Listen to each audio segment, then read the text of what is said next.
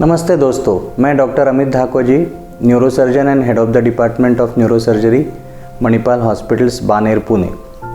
तो आज हम बात करेंगे ट्राइजेमिनल न्यूराल्जिया के बारे में। तो ट्राइजेमिनल न्यूराल्जिया एक ब्रेन की ऐसी कंडीशन है जिसमें आधे चेहरे पे दर्द का सिम्टम महसूस होता है। तो ये जो दर्द रहता है ये इलेक्ट्रिक करंट जैसा, मतलब असहनीय दर्द होता है जो चेहरे के आधे हिस्से में होता है, या तो फिर वो ऊपर रह सकता है, बीच में या नीचे, या तो फिर तीनों जगह पे, या तो फिर अलग अलग कॉम्बिनेशंस में ये दर्द रह सकता है। तो ये दर्द किस तरह से बढ़ता है या किस तरह से इसको महसूस किया जाता है, इसके बारे में थोड़ा सा जानते हैं, क्योंकि बाकी ऐसी बहुत सारे कंडीशंस हैं जो इस ट्राइजेमिनल न्यूराल्जिया के साथ हम कंफ्यूज कर सकते हैं। तो ट्राइजेमिनल न्यूराल्जिया चेहरे का ऐसा दर्द है जो अचानक से चालू होता है और इसके कुछ ट्रिगर्स रहते हैं। ट्रिगर्स मतलब ऐसे फैक्टर्स जो इस दर्द को चालू करते हैं या बढ़ाते हैं। तो इन ट्रिगर्स में सबसे इम्पॉर्टेंट ट्रिगर है टच, एक्सटर्नल टच, अपने हाथ का टच या किसी टॉवेल का टच, या आप चेहरे पे जब बेसिन में पानी चेहरे पे मारते हैं तब ये दर्द अचानक से आता है। और कभी कभी हवा का एक छोटा सा झोंका भी इसको बहुत ज़्यादा ट्रिगर कर जाता है। तो चेहरे का वो दर्द जो इन ट्रिगर्स के साथ चालू होता है और इन ट्रिगर्स के साथ बढ़ता है, तो वो एक क्लासिकल सिम्टम है ट्राइजेमिनल न्यूराल्जिया के लिए।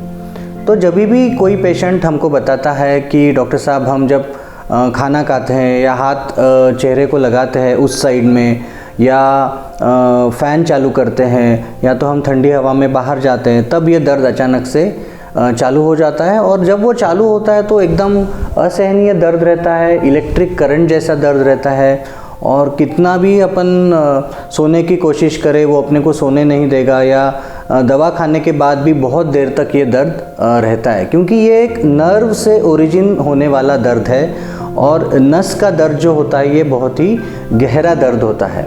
और इसके साथ कभी कभी हमको टिंगलिंग सेंसेशन, जैसे हम बोलते हैं कि सुई चुभे जैसा सेंसेशन, या तो फिर कभी कभी गुदगुदाहट, ऐसे भी कोई अलग सेंसेशंस इस दर्द के साथ होते हैं। बहुत सारे पेशेंट्स को खाना खाते वक्त या जब उस साइड में कोई भी निवाला हम चबाते हैं तब ये दर्द ट्रिगर हो सकता है। तो ये है क्लासिकल या टिपिकल, हम जिसको बोलते हैं ट्राइजेमिनल न्यूराल्जिया के सिम्टम्स। तो ये जो ट्राइजेमिनल न्यूराल्जिया का दर्द होता है, जैसा कि हमने समझा इसके ट्रिगर्स होते हैं, ये दर्द हमेशा क्लस्टर्स में आता है, मतलब ये एपिसोडिक रहता है। ये कुछ दिन आएगा, अचानक से चालू होगा, कुछ दिनों तक रहेगा, फिर धीरे धीरे ये अपने आप कम हो जाएगा या दवाइयों से कम हो जाएगा, फिर कुछ दिनों का रिलीफ का पीरियड रहेगा और उसके बाद वापस ये दर्द अचानक से चालू हो जाएगा। तो ये हम बोलते हैं इसको पैरोक्सिस्मल या एपिसोडिक तरह का दर्द रहता है। बहुत कम बार, या ये बीमारी जब बहुत सालों तक किसी पेशेंट में रहती है तभी ये दर्द कंटिन्यूस होने लग जाता है। और फिर धीरे धीरे इन पेशेंट्स का खाना थोड़ा सा रिस्ट्रिक्टेड हो जाता है, क्योंकि ये हार्ड फूड चबा नहीं सकते। जैसे ही चबाना चालू करेंगे या ब्रश करेंगे तो ये ट्रिगर हो जाता है ट्राइजेमिनल न्यूराल्जिया। तो हमेशा ये पेशेंट्स सॉफ्ट फूड या तो मिक्सर में पूरा खाना घुमा के खाने की कोशिश करते हैं, या लिक्विड फूड्स पे ये पेशेंट्स धीरे धीरे आ जाते हैं। तो जैसा कि हमने समझा कि इससे अपना डे टू डे एक्टिविटीज़ या डेली रूटीन जो है, दैनंदिन जीवन अपना, ये डिस्टर्ब हो जाता है इन पेशेंट्स का।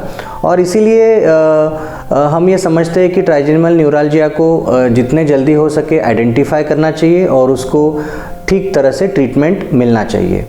तो इसका सबसे पहले हम ये समझेंगे ट्रीटमेंट से पहले कि ट्राइजेमिनल न्यूराल्जिया होता क्यों है, इसका मूल कारण क्या है। तो इसके लिए हमको समझना पड़ेगा कि ट्राइजेमिनल न्यूराल्जिया एक बीमारी है जो चेहरे के सिर्फ आधे हिस्से में ही होती है। वो कभी पूरे चेहरे पे नहीं रहेगा, वो हमेशा या तो राइट साइड में या तो फिर लेफ़्ट साइड में ही होगा। तो ब्रेन से अपने चेहरे को जो सप्लाई करने वाली नस होती है वो है ट्राइजेमिनल नर्व, जो कि 5वीं नस बोला जाता है। अपने ब्रेन में 12 तरह की नसें होती है, जिसमें 5 नंबर की जो नस है वो है ट्राइजेमिनल नर्व। तो ये ब्रेन के पार्ट से निकलती जब है तब वहाँ पे उस नर्व पे कोई भी इरिटेशन हुआ तो ट्राइजेमिनल न्यूरल्जिया के सिम्टम्स आते हैं। तो जैसा कि हमने समझा, दोनों तरफ ब्रेन के 2 ट्राइजेमिनल नर्व्स रहते हैं, एक राइट में रहेगी और एक लेफ्ट में रहेगी। अगर राइट की नर्व में प्रॉब्लम है तो राइट साइड में ट्राइजेमिनल न्यूरल्जिया होगा और वैसा ही लेफ्ट साइड में ट्राइजेमिनल न्यूरल्जिया होगा अगर लेफ्ट की नर्व में प्रॉब्लम है तो अगर राइट साइड की हमारी ट्राइजेमिनल नर्व मतलब 5 नंबर की नस अगर किसी कारण इरिटेट हो रही है तो हमको राइट साइड में सीवियर या इलेक्ट्रिक करंट जैसा पेन होगा, जिसको हम बोलेंगे राइट साइडेड ट्राइजेमिनल न्यूरल्जिया। तो ये नस इरिटेट होने का कारण क्या है? तो सबसे पहले हम ये समझेंगे कि जब मैं नस बोल रहा हूँ तो ये नर्व है। नर्व मतलब जो हमारे बॉडी का सेंसेशन ब्रेन को पहुंचाती है या ब्रेन के सिग्नल्स बॉडी के किसी पार्ट की तरफ लेके जाती है, उसको हम बोलेंगे नस, जो सफ़ेद या हल्के पीले रंग की होती है। और दूसरी नस एक टाइप की होती है जिसको हम बोलेंगे ब्लड वेसल, मतलब खून लेके जाने वाली नलिका। तो ये आर्टरी होती है जो शुद्ध रक्त लेके जाती है, या तो वेन होती है जो अशुद्ध रक्त हार्ट की तरफ लेके जाती है बॉडी के किसी भी पार्ट से। तो कोई भी रक्तवाहिनी मतलब कोई भी खून की नलिका अगर ट्राइजेमिनल नर्व के ऊपर बैठी हुई है या वहाँ पे लूप बना रही है और दोनों अगर कांटेक्ट में है, मतलब ब्लड लेके जाने वाली एक ब्लड वेसल और नस मतलब नर्व अगर कांटेक्ट में है एक दूसरे के बहुत लंबे समय तक, तो उन दोनों में एक कांटेक्ट पॉइंट बन जाता है जिसको हम एक तरह का फॉल्स साइनेप्स बोलेंगे। और ब्लड वेसल के जो पल्सेशंस है जो कंटिन्यूस है, अपना जितना हार्ट रेट है उतने टाइम वो ब्लड वेसल पल्सेट होने वाली है, वो पल्सेशंस वो नर्व को ट्रांसमिट हो रहा है। तो उसके कारण क्या हो रहा है कि नस का वो भाग जो ब्लड वेसल के कांटेक्ट में है वो ज़्यादा इरिटेबल बन जाता है, वो ज़्यादा एक्साइटेबल बन जाता है। इसीलिए कोई भी नॉर्मल सेंसरी स्टिमुलस मतलब नॉर्मल टच जो ब्रेन की तरफ जाएगा, अगर उस एरिया में जाएगा जहाँ पे ये कांटेक्ट बना हुआ है तो वो एम्प्लीफाई हो जाएगा, ज़्यादा रेशियो में वो फैल जाएगा और तभी पेशेंट को पेन महसूस होगा।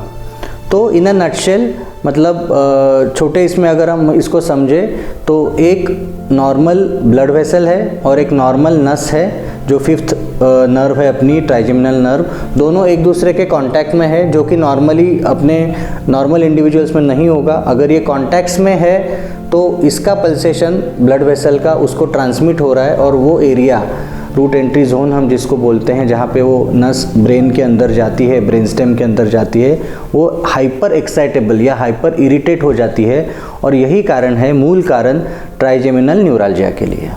तो जैसा कि हमने समझा कि ट्राइजेमिनल न्यूरल्जिया का मेन कारण जो है वो है ब्लड वेसल और नर्व का कांटेक्ट, खून लेके जाने वाली नलिका और नस, इन दोनों का एबनॉर्मल कांटेक्ट जो कि बहुत सालों से बना हुआ है और धीरे धीरे नर्व का वो पोर्शन जो कि बहुत ही हाइपर एक्साइटेबल हो जाता है या इरिटेट हो जाता है। और कोई भी नॉर्मल स्टिमुलस भी, अगर मैं गाल को टच भी करता हूँ तो एक नॉर्मल आदमी में वो एक नॉर्मल स्टिमुलस करके परसीव होगा ब्रेन को।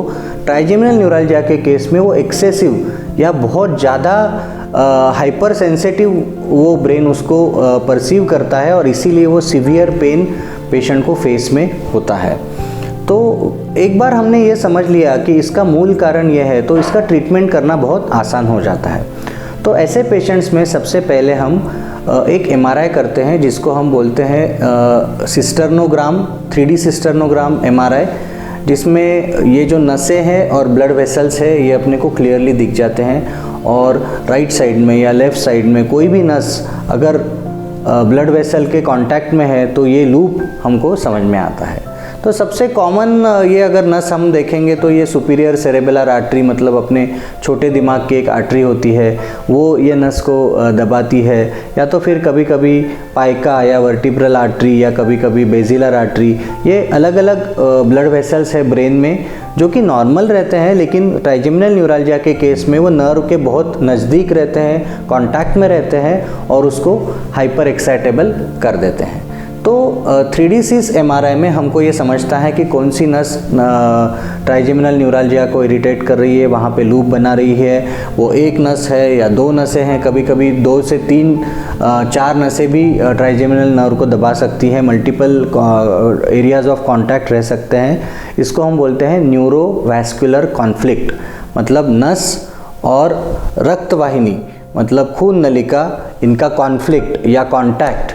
सो ये मेन रीज़न है ट्राइजेमिनल न्यूराल्जिया के सिम्टम्स के लिए। तो एक बार अगर हमें ये क्लियर है कि न्यूरोवैस्कुलर कॉन्फ्लिक्ट मेन कारण है ट्राइजेमिनल न्यूराल्जिया के पेन के लिए, और ये हम 3D सिस MRI से डायग्नोज करते हैं, उसके बाद हम आते हैं इसके ट्रीटमेंट पे। तो सबसे पहले ट्राइजेमिनल न्यूराल्जिया के ट्रीटमेंट के लिए हम हमेशा एनाल्जेसिक्स या नर्व पेन कम करने के जो मेडिसिन है वो देते हैं, और बहुत सारे न्यूअर मेडिसिन्स आज अवेलेबल है, और मेजॉरिटी पेशेंट्स में उनके सिम्टम्स मेडिसिन से ही कंट्रोल हो जाते हैं। और इसमें सबसे कॉमन मेडिसिन्स अमिट्रिप्टिलिन है, ऑक्सकार्बामाजेपिन है, या प्रीगैबलिन है, या गैबापेंटिन है। अलग अलग मेडिसिन्स अवेलेबल है।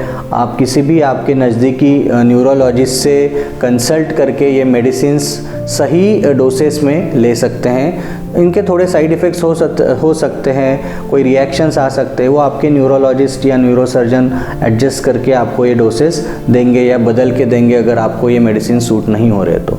लेकिन मेजॉरिटी पेशेंट्स में ये सिम्टम्स मेडिसिन से कंट्रोल हो सकते हैं। लेकिन अगर मेडिसिन्स खाने के बाद भी किसी पेशेंट को ये ट्राइजेमिनल न्यूराल्जिया के सिम्टम्स अगर बार बार हो रहे हैं या कंट्रोल में नहीं आ रहे हैं, या तो फिर मेडिसिन्स के सीवियर साइड इफ़ेक्ट्स हो रहे हैं जिसके कारण वो मेडिसिन्स नहीं खा पा रहा है ऑप्टिमम डोसेस में, तो फाइनली हम इसमें ट्राइजेमिनल न्यूराल्जिया के लिए एक सर्जरी एडवाइस करते हैं जिसका नाम है माइक्रोवैस्कुलर डिकम्प्रेशन। तो इसके बारे में हम डिटेल में जानेंगे। तो ट्राइजेमिनल न्यूराल्जिया अगर मेडिसिन से कंट्रोल नहीं हो रहा है या तो फिर रूटीन लाइफ को बहुत ज़्यादा अफेक्ट कर रहा है ये दर्द, और या तो फिर आपको मेडिसिन के सीवियर साइड इफ़ेक्ट्स हो रहे हैं, तो हमने ये देखा कि इसमें हम सर्जरी का ऑप्शन रख सकते हैं। तो ये एक न्यूरो सर्जरी है जो कान के पीछे से की जाती है। एक छोटी सी उसमें 2 या 3 सेंटीमीटर का बोन आपका हटा के अंदर जाके हम आपकी ट्राइजेमिनल नर्व के ऊपर जो भी कॉन्फ्लिक्ट्स है या लूप्स आर्टरीज जो बना रही है उनको सबसे पहले एक्सप्लोर करते हैं या ढूंढते हैं।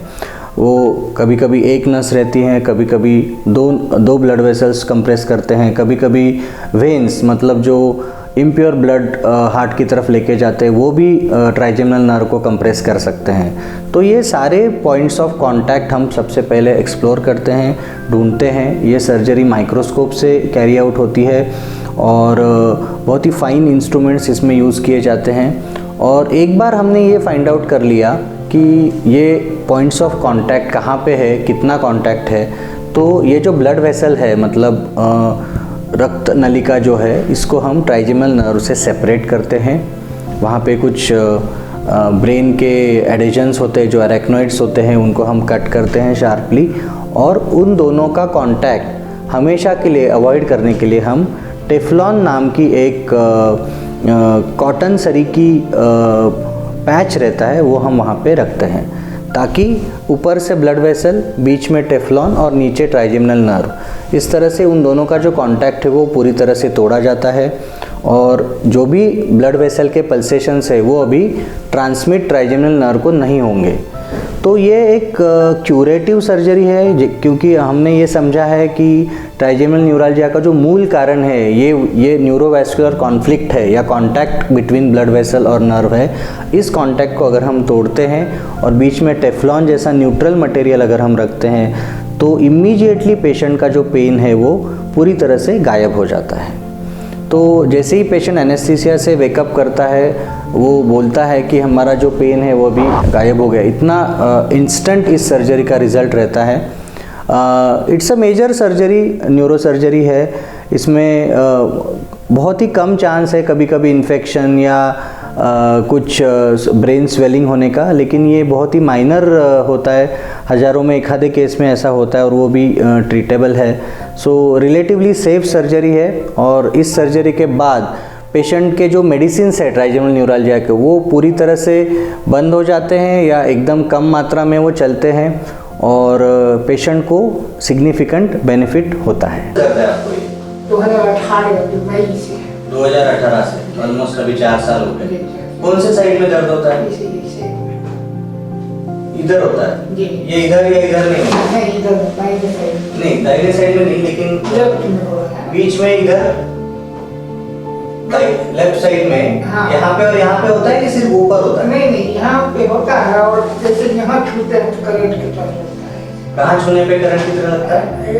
फोटो को छुए तो ब्रश करते हो बहुत करंट जैसा लगता है। हाँ। ऐसे नहीं दर्द होता है? तो हो ही रहा है, रोज ही हो रहा है कंटिन्यूअस। बीच में ऐसा कभी आराम नहीं पड़ा? शुरू में चालू हुआ तब आराम पड़ता था, बीच बीच में आराम पड़ता था, अभी कंटिन्यूअस होता है। और क्या क्या करने से दर्द बढ़ता है? इस पर हाथ चेहरा पर है तो होने लगता है, तो भी होने लगता है। कड़ा चबाते हैं तो क्या चबाने पे होता है? कोई कड़क चीज चबाने पे।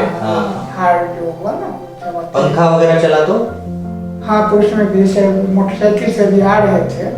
मुंह वगैरह धोया तो? जी उसमें भी होता है। बराबर हो रहा है। तो दवाई खाने से शुरू में आराम मिलता था, अभी बिल्कुल आराम नहीं पड़ता? नहीं कोई आराम नहीं, दवा से कोई आराम नहीं। ठीक है।